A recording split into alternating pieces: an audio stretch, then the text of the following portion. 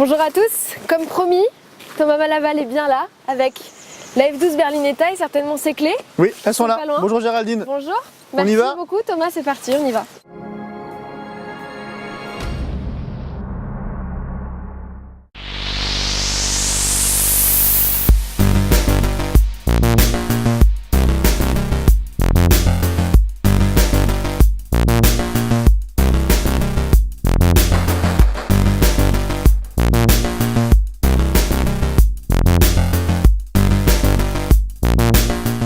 Avant de prendre la route, est-ce que vous pouvez nous présenter en quelques mots cette F12 Berlinetta et nous dire quelle place elle occupe dans la gamme? C'est le vaisseau amiral traditionnel de Ferrari avec le V12 à l'avant, 2 places. Et elle a quelque chose de particulier cette voiture. Qu'est-ce que c'est? C'est l'aérodynamisme en fait, c'est l'aérodynamisme qui a dicté les lignes et on le voit très bien ici. L'air en fait rentre ici, passe ici et va s'échapper derrière, ce qui nous permet d'appuyer la voiture devant, mais aussi derrière. Et ça c'est la première fois chez Ferrari où on utilise l'aérobridge pour plaquer la voiture devant. Qu'on l'utilise sur la partie avant de la voiture. Voilà, sur la 599 avant, c'était à l'arrière. Thomas, voici donc les entrailles de la bête. Et oui, le nouveau V12 pour la F12 Berlinetta, 740 chevaux, qui fait de la F12 Berlinetta la Ferrari routière la plus puissante jamais conçue par Maranello. Et on peut le voir très bien ici, le moteur est vraiment reculé et rabaissé parce que la répartition des masses ici c'est très important sur cette voiture là. Thomas, quelque chose m'intrigue, c'est cette petite plaque que l'on voit ici même. Ce châssis number 191 312, qu'est-ce que ça veut dire? Ça veut dire que c'est la 191 312e voiture de l'histoire de Ferrari. Et c'est le numéro de châssis, ça nous permet de tracer la voiture pour toute intervention, etc. dans nos systèmes.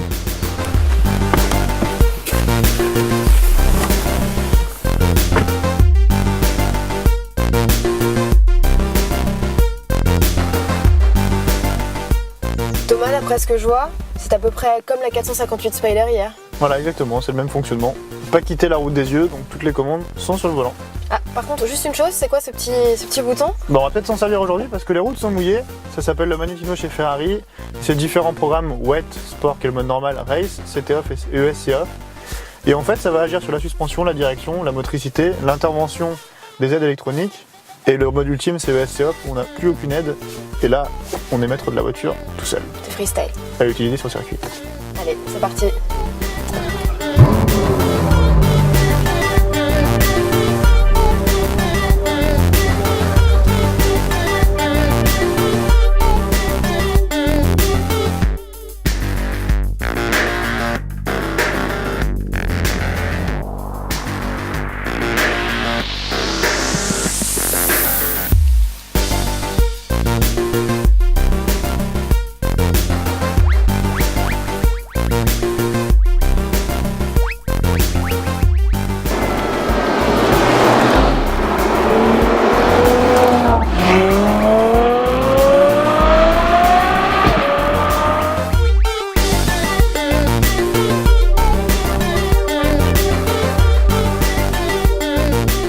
On parlait du système de freinage et je crois qu'il y a une petite astuce au niveau de la face avant qui permet justement le refroidissement. Eh oui, et elles sont bien cachées, est-ce que vous les voyez? Absolument pas.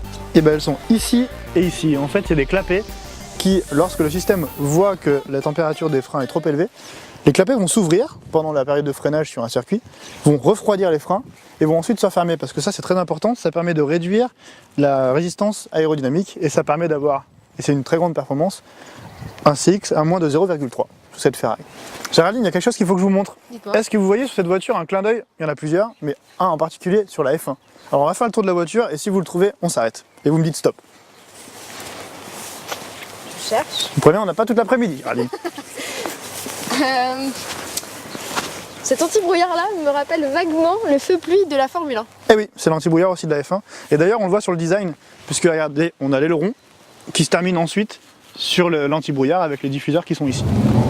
Ça pousse quand même, sacrément. Eh ben on a 740 chevaux, c'est normal, ça pousse bien. Ouais. Thomas, on est à bord et le toit a un bruit vraiment très très rauque. Est-ce que Ferrari a fait un travail spécifique sur l'échappement ou est-ce que c'est le son vraiment naturel? Je peux vous dire un petit secret, enfin un secret qui n'est pas trop secret, mais vraiment un petit secret, c'est qu'on a un ingénieur, c'est même pas un ingénieur, c'est un chef d'orchestre à Maranello qui s'enferme dans une pièce complètement insonorisée et qui travaille en fait la sonorité du V12 ou du moteur. Donc c'est-à-dire qu'il va dire, là on l'entend bien, Et c'est-à-dire qu'en fait, dès qu'il va en sentir que c'est pas une émotion qu'il veut donner, il va changer une petite pièce dans l'échappement ou dans le moteur. Et ce qui va faire ensuite cette sonorité particulière qu'a une Ferrari. C'est pour ça que vous avez une grosse différence de sonorité entre un V12 et un V8. Ouais. C'est bon.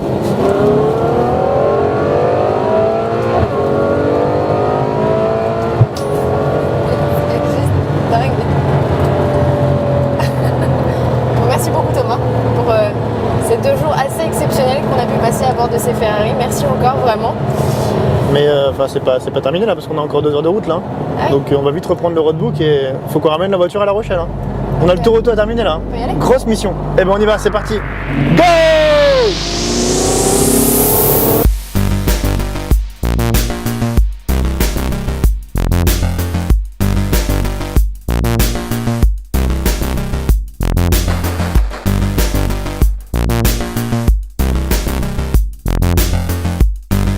Thomas, arrivée pluvieuse à La Rochelle. Encore. Ouais. Mais arrivée pluvieuse, arrivée. Heureuse. Est-ce que vous êtes heureuse? Super heureux, j'ai passé 2 jours extraordinaires au volant de 2 voitures absolument magiques. Donc oui, je ne peux être qu'heureuse, bon, vraiment. J'espère vous revoir bientôt, c'était un plaisir de vous recevoir, vous ainsi que tous les gens qui nous regardent sur autoplus.fr. Bon, je vous rends les clés? Bah oui, mais bon, l'essentiel est assuré.